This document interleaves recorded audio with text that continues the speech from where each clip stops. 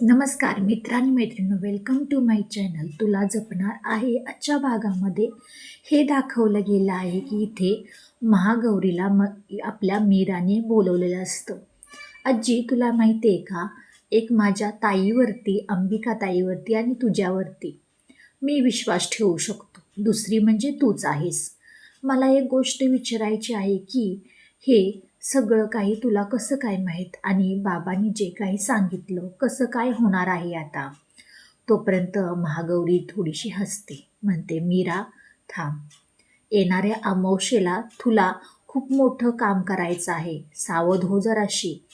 आणि जे काही शिवनाथने त्या पत्रिकेमधले एक मंत्र सांगितले असतात, सेम तशीच महागौरीही सांगत असते. इथे मीराला थोडं अचंबित होतं आणि ती तिच्याकडे एकटक पाहतच राहते. महागौरी म्हणते, मीरा अशी काय माझ्याकडे पाहते, ते चल सोडून दे, पण तुला अमावस्येला येणाऱ्या खूप मोठं काम करायचे आहे आणि तुला ते साध्य करून दाखवायचे. असं काही म्हणून हितून महागौरी बाहेर पडते. मीरा म्हणते, आजी तुम्हाला मी सोडायला येऊ का. तो पण महागौरी आजी म्हणते नाही, आणि ती स्वतः काठी टेकवते आणि खाली आपटत आपटत निघून जाते. तोपर्यंत इकडे दुसरीकडे मंजिरी आलेली असते मार्जरीपाशी आणि म्हणते की आपल्याला जर चांगलीच गोष्ट माहिती आहे ना, इतकी वर्ष झालं अंबिकाला आपण मारलं म्हणून आपण खुश होतो की मी आता चिरतारुण्य प्राप्त करणार, पण नाही. जेव्हा मीराच्या पोटी एक बाळ मुलगी जन्माला येईल तेव्हा कुठे हे आपण त्या मीराला आणि तिच्या मुलीला मारू शकतो, तेव्हा कुठे मला चिरतारुण्य प्राप्त होईल. असं काही म्हणल्यानंतर ना मार्जरी म्हणते, हो ते तर आहेच. मंजिरी म्हणते, मला त्या घरातलं वातावरण आता चांगलं ठेवायला पाहिजे. अथर्व आणि मीराला मी एकत्र आणणार, काहीही करून मीराच्या पोटी एक बाळाला जन्म द्यावाच लागणार आहे तिला. असं काही म्हणल्यानंतर ना मार्जरी म्हणते की मंजिरी, जे काही तू करत आहेस ना ते जरा सावधपणाने कर, कारण की हे तू पुढे जरा धोका वाटत आहे मला. मंजिरी म्हणते, नाही नाही, कसला धोका. आणि मार्जरीचे त्या गुफेतून बाहेर निघत असताना इथे आपल्याला महागौरी मंजिरीला दिसते. मंजिरी म्हणते, ही म्हातारी जेव्हा जेव्हा माझ्या रस्त्याच्या मध्ये मध्ये येते तेव्हा तेव्हा काही ना काही मोठं संकट येतच. आणि मंजिरी पटकन तिच्या समोर येते आणि हसते. म्हातारे, तू किती जरी माझ्यासमोर आली, किती जरी विघ्न आणण्याचा प्रयत्न केला तरी तू काहीही करू शकत नाही. महागौरी हसते, म्हणते, मी काही करू शकत नाही, तुला हे लवकरात लवकर कळणारही आहे. आणि तुझ्या शक्त्या, तुझा नाश, तुझा अहंकार हा सगळा नष्टही होणार आहे. तोपर्यंत मंजिरी खूप जोरजोरात हसते.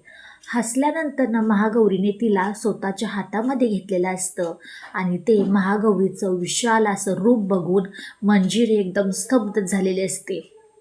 कारण की तिला माहीत नसतं की ही महागौरी कोण आहे. तिला साधारण ही बाई वाटत असती आणि प्रत्येक वेळेस काही ना काही अडथळे आणणारी असंच तिच्या मनामध्ये एक असतं. महागौरी म्हणते, तुझा अंत हा निश्चित आहे आणि एका साप मनाच्या मुलीच्या हातीन तुझा होणार आहे, आणि तेही आत्मा साथ देणार आहे तिला. आत्मा आणि एक साधारण मुलगी ह्या दोघीजणी मिळून तुझा खात्मा करणार आहेत. असं काय म्हणल्यानंतर न मंजिरी म्हणते, कोणी जरी कुठलीही जरी आली तर माझा कोणीही अंत करू शकत नाही. मीरा मारण्यापेक्षा मी मीरालाच मारणार आहे, तिचे थोडे दिवसच राहिलेत आता.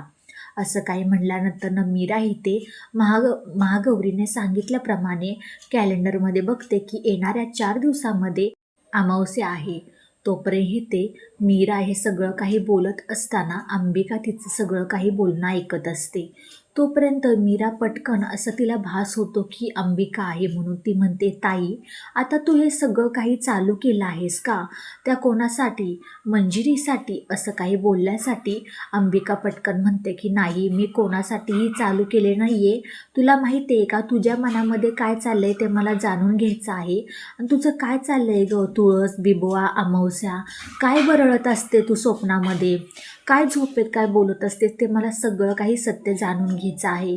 मीरा म्हणते, ताई जेव्हा मी तुला सांगण्यासाठी आले होते तेव्हा तर तू तिथून निघून गेलेस ना, आणि आता काय उपयोग आहे सांगण्याचा. अंबिका म्हणते की अगं मीरा, मी स्वतःहून नव्हते गेले, तुला मी सगळं काही सत्य सांगते ना, ऐकून तरी घे. मीरा आणि अंबिकामध्ये तर वाद चालूच असतात आणि ते अंबिका खूप मीराला समजवण्याचा प्रयत्न करत असते की अगं मीरा, असं नाही आहे, तू जो काही विचार करत आहेस ना तो सगळा काही चुकीचा आहे, ऐकून तरी घेत जा महाराज माझं जराशी. असं काही म्हणल्यानंतर ना मीरा तिच्याकडे फक्त पाहतच राहते. येणाऱ्या काही भागामध्ये आपल्याला पाहायला भेटणार आहे की इथे मंजिरी घरी आलेली असते, म्हणते की मीराला आपल्याला काहीही केलं तरी मारावंच लागणार आहे आणि महागौरीने कितीही तिच्या चालाकी केल्या, त्या पत्रिकेमधले तिनं नावं बदलली आता, त्यामुळे ती मला काही चिरतारुण्य प्राप्त होणार नाही लवकर, त्यामुळं आता मला मीरावर मारावं लागणार आहे. आणि इथे अंबिका आणि मीरामधली वाद तर चालूच असतो आणि अखेरकार मंजिरीच्या तोंडून सत्य वधून अंबिकासमोर सत्य आलेलं असते की मंजिरी ही चिरतारुण्य प्राप्त करण्यासाठी कोणालाही मारू शकते, कोणाचीही ती सख्खी पणजी नाही आहे, असं काही सत्य आलेलं असतं. अंबिकासमोर अंबिकाने सत्य कबूल केलेलं असतं की मीरा, तुझ्या आईला मीच मारला आहे, हे सत्य सगळं काही अंबिकासमोर आले असतं. अंबिकाकडे एकटक मंजिरी पाहतच राहते. तेव्हा कुठे मीराला कळतं की ह्या मंजिरीला सुद्धा माहिती आहे की अंबिका तिला आत्मा असून सुद्धा दिसतं म्हणून. हे सगळं काही सत्य अंबिकाच्या समोर आल्यास नंतरनं व्हिडिओ शेवटपर्यंत पाहिल्याबद्दल खूप सारे मनापासून धन्यवाद.